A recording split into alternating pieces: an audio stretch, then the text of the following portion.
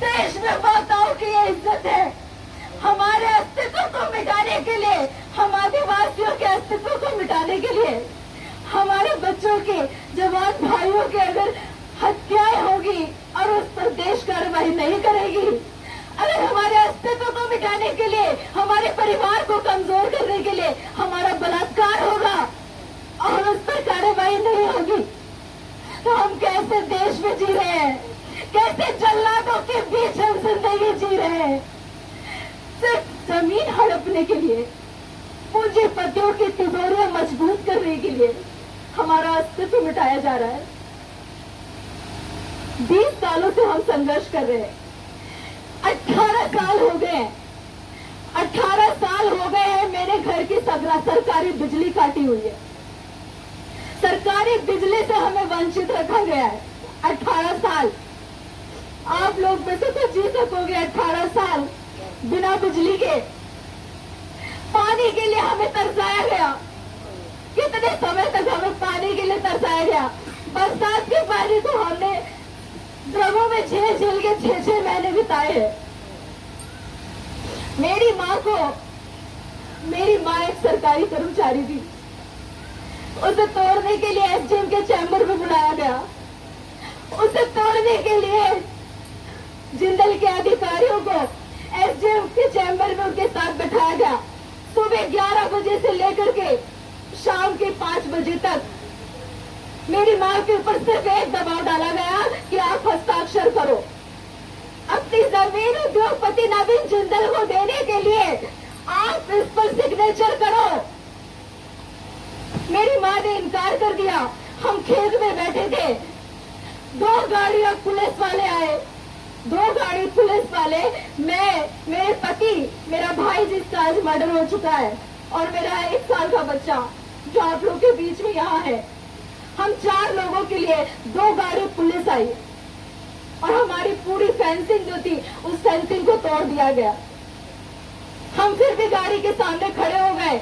मेरी माँ को एसडीएम ऑफिस में बंदी बना के रखा गया, पुलिस कस्टडी में रखा गया, जिंदल के अधिकारियों को वहाँ सामने बैठाया गया। अगर आपने साइन नहीं किए तो आपकी बेटी पर, आपके बच्चों पर हम बुलडोजर चला देंगे, हम उन पर गाड़ी चला देंगे, दस्तखत करो। मेरी माँ ने कहा मैं साइन नहीं करूंगी, कुछ भी हो जाए, मेरे बच्चे वहां से मेरे पास भेज दीजिए, वो हट जाएंगे, पर मैं साइन नहीं करूंगी, कहा उन्होंने।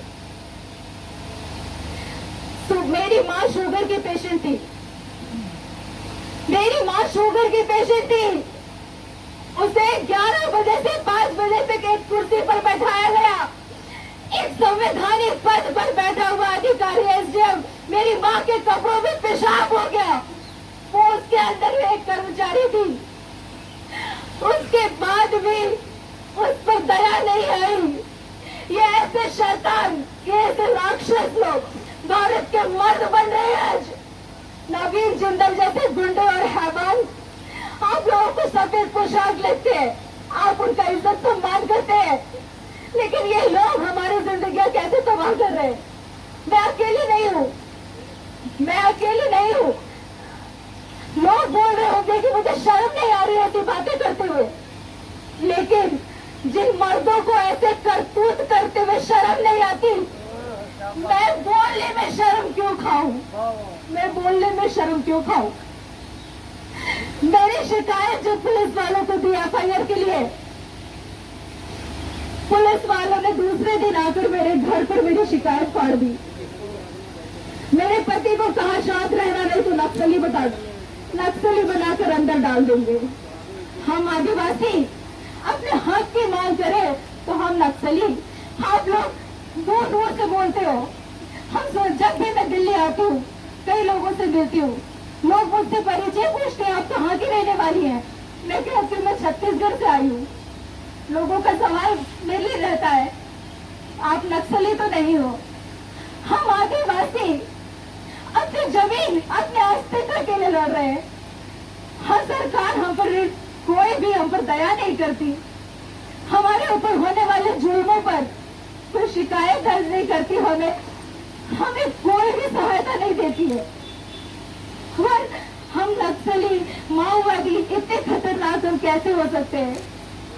गांव में आप जाकर देखिए, मैं तो पढ़ी लिखी हूँ, लेकिन ऐसे कितने आदिवासी हैं जिनके बदन पर कपड़े नहीं है, घर में खाना नहीं है। वो नक्सली होंगे, वो खतरनाक होंगे, वो माओवादी होंगे। अगर हम इतने खतरनाक होते तो आज देश के चप्पे चप्पे के लोगों को पता होता कि आदिवासी लोग कौन है। मुंबई का डॉन दाऊद इब्राहिम नहीं, हम आदिवासी होते। देश का प्रधानमंत्री नरेंद्र मोदी नहीं, हम आदिवासियों में से कोई होता। भारत का राष्ट्रपति भी हम होते, देश की सत्ता हमारे हाथों में होती। अगर हम आदिवासी इतने खतरनाक होते। बस्तर के जंगलों में हमारी आदिवासी महिलाओं को हिरवे की घटना आप लोगों ने सबने पेपर में न्यूज में सुनी होगी। वो अकेली नहीं है, ऐसी कई महिलाएं हैं जिनकी खबरें आप तक आती भी नहीं है। वो बच्ची बेचारी 2 दिन की ब्याही हाथ की मेहंदी भी नहीं गई थी, उसका बलात्कार उठाकर उसके घर से उठाकर उसका बलात्कार किया गया। उसे नक्सली कपड़े पहनाए गए और सारे देश के सामने यह बताया गया नक्सली कमांडर, महिला कमांडर मारी गई। और सारे देश ने हम आदिवासियों पर उंगली उठा दी कि आदिवासी खतरनाक लोग हैं, आदिवासी लोगों को मारते हैं, काटते हैं। हम आदिवासियों का दर्द ये है। मैं यही कहना चाहती हूँ, जिनके घरों में रहने को छत सही नहीं है, जिनके बदन पर कपड़े नहीं है, जिनके घरों में खाने को नहीं है, जो 1 रुपए किलो सरकार के चावल के लिए मोहताज है, वो लोग इतने खतरनाक कैसे हो सकते हैं? वो लोग माओवादी कैसे हो सकते हैं? खतरनाक तो ये सरकार है, खतरनाक तो ये सरकारी अधिकारी है जो हमारे साथ में इस तरीके का बर्ताव करते हैं, हमें न्याय नहीं देते हैं। मेरी सरकारी नौकरी थी, मैं स्वास्थ्य विभाग में नर्स थी। मेरे इस केस को लड़ने के लिए जब मुझे बार बार दर की ठोकरें खानी पड़ी, नवीन जिंदल से छुप कर अपनी जान बचा करके मैं दबा के रही वहां। जब मैं ज्वाइनिंग देने गई तो मेरे अधिकारियों ने मेरी ज्वाइनिंग नहीं ली, मुझे नौकरी से भी वंचित कर दिया, मेरी जमीन छीन ली, मेरे भाई को मार दिया, मेरा रेप किया, मेरी नौकरी छीन ली, मेरी माँ को इतना प्रताड़ित किया।